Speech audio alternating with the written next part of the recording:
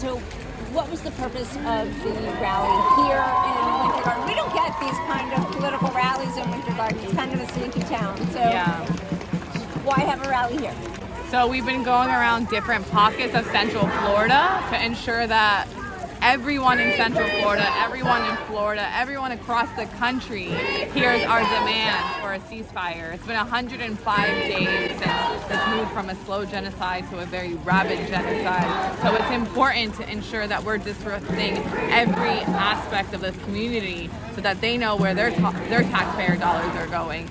There should not be business as usual. Everyone should be concerned.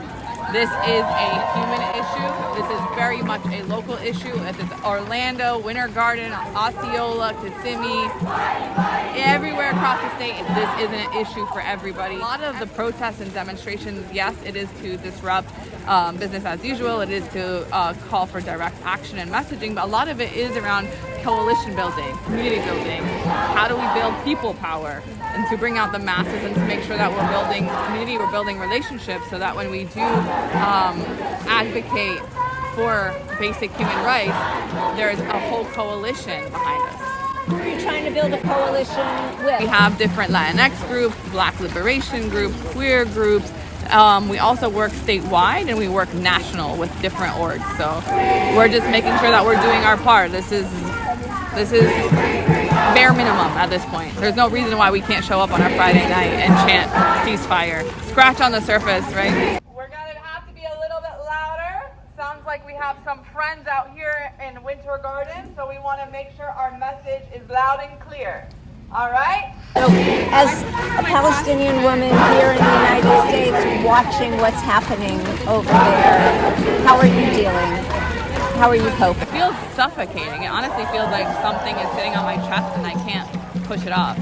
But I also understand that this is a nightmare for me, but it's a reality for the Palestinians. And we have a duty to protect and make sure that we're fighting like hell for the living, but also honoring the people that were stolen, their lives were stolen from us in this name of this genocide. So for me, it's yes, we're grieving. It is heart-wrenching. I say it is our duty and our responsibility. You have to feel it in your core.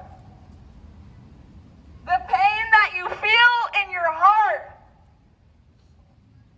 You have to channel that pain. You have to channel that grief into power, into community. You mentioned a bill that was just passed or moved ahead in committee. Yeah, so it just passed in the Florida House yesterday. Okay. And it's a bill that basically equates anti-Semitism with the criticism of Israel. So that if you critique Israel, it can be potentially be criminalized. You want to talk about anti-Semitism? Our Jewish siblings are our strongest allies. They put their bodies on the line. They experience anti-Semitism because of what Zionism means.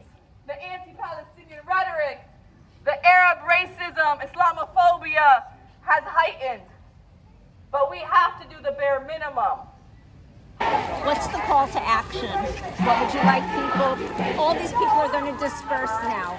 What should they do? They should call, email their members of Congress, their senators, saying that we demand a ceasefire. We demand an immediate and permanent ceasefire of Israel's aggression, and then to stop arming Israel, and to continue to boycott, to continue to make sure that we're still standing up for the Palestinian people. They keep talking about Palestine. Life should not be normal. This is not normal. Don't let them normalize genocide is the call to action.